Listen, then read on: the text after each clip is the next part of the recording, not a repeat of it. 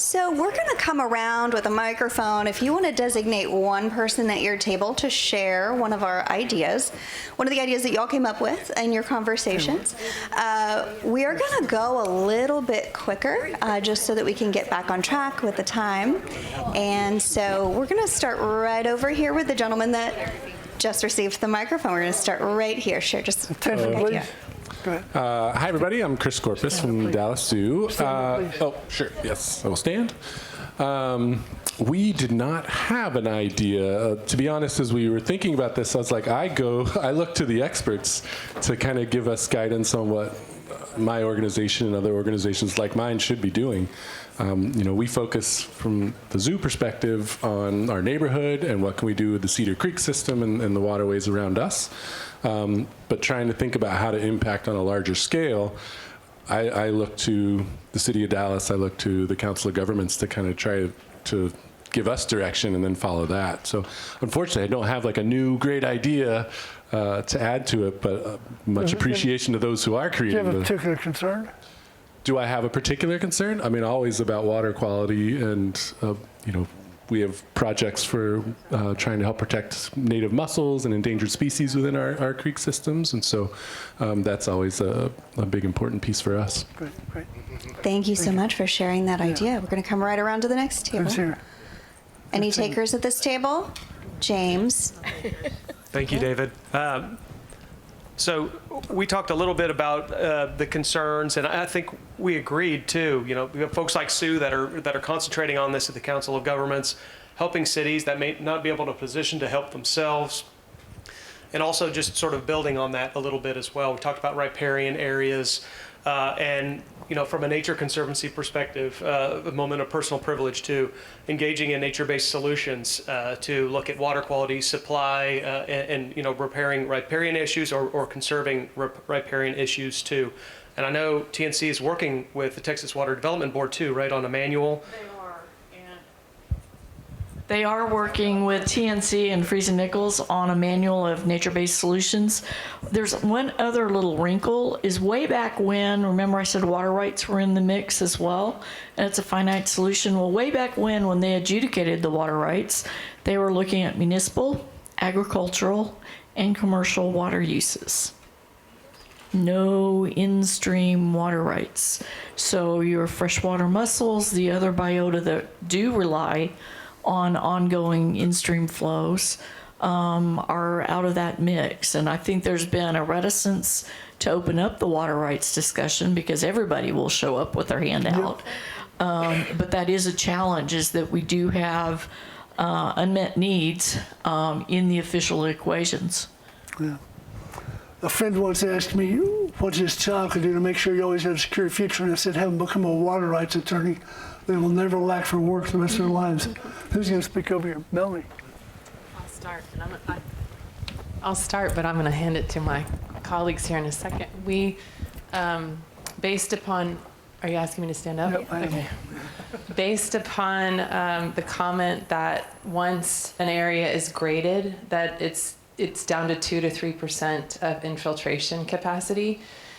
That spurred kind of our conversation about how do you help prevent that, and the reality of developers. If you have a code in Dallas and Richardson doesn't have it, they're going to build in Richardson unless we have these larger, more robust conversations.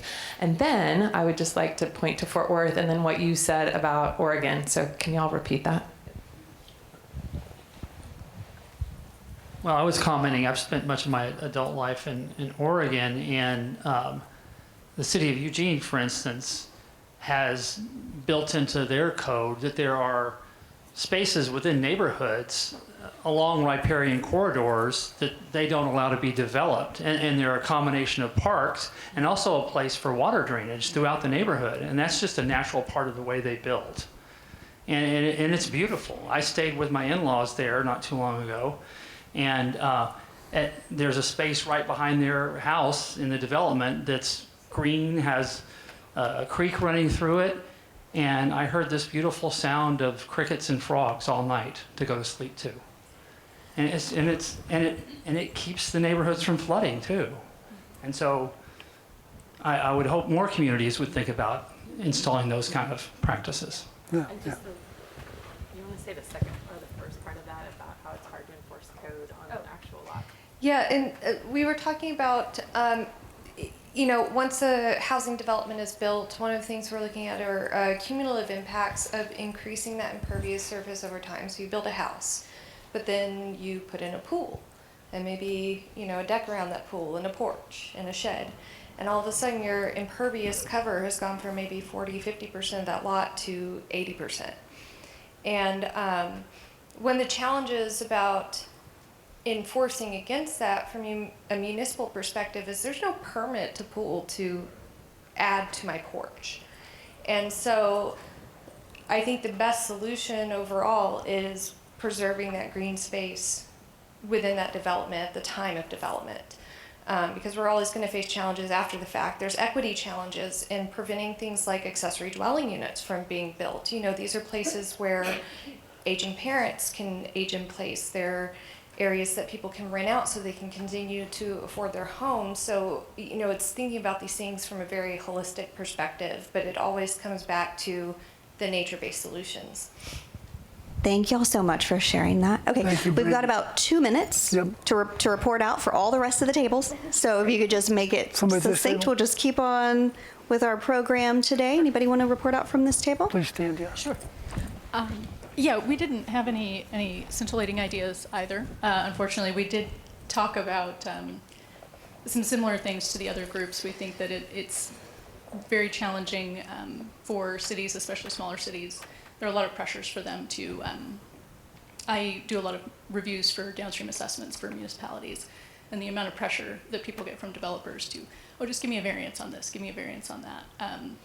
So the importance of having cohesive rules, very important. And we also talked about the nature-based solutions manual that'll be coming out soon as giving people guidance, places to look to for things that they need to implement. So. Thank you. Howdy, y'all. When it came to the conversation about water accessibility, water issues that we have, our conversation steered more on as a whole in the region. We are running out of water. We said reservoir surface water is the easiest way to get it, but there's issues with that. So how do we approach it as we go to 2050? And I was the biggest proponent of this. I don't know. Let me see who else is in the room.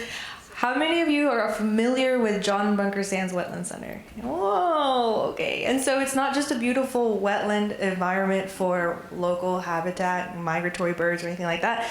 It actually serves a purpose, and it does already recycle water from our upper water treaty shed back into some of our areas. And so my thing is like, we already know the solutions. We are even already doing them, but it's about scaling it. And so I know that JBS may not be the one true fix for it all, but it goes to show there's more ways to do this than just to dig a hole in Texas. Thank you. Thank you, Jimena. This All table? right, our last table. Okay, so we had a very short amount of time to speak about this. So we said, glad there's a plan.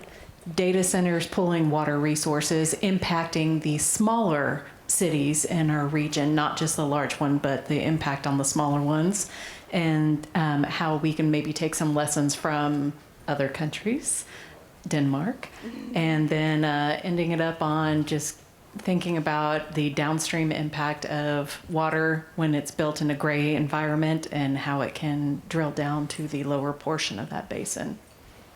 Fantastic. I just wanted to mention that some years ago we began to think about blue infrastructure.